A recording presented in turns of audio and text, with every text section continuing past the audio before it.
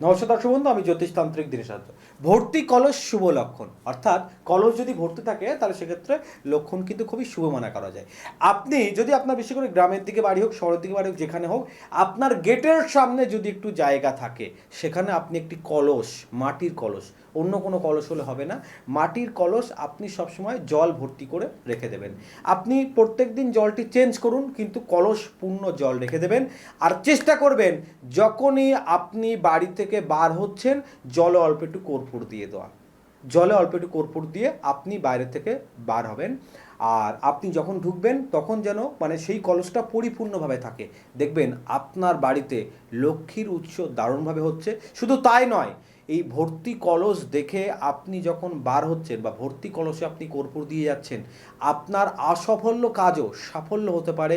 আপনার কর্মের বাধা কেটে আপনি কিন্তু সাকসেসফুলের চরম পর্যায়ে পৌঁছবেন। নমস্কার।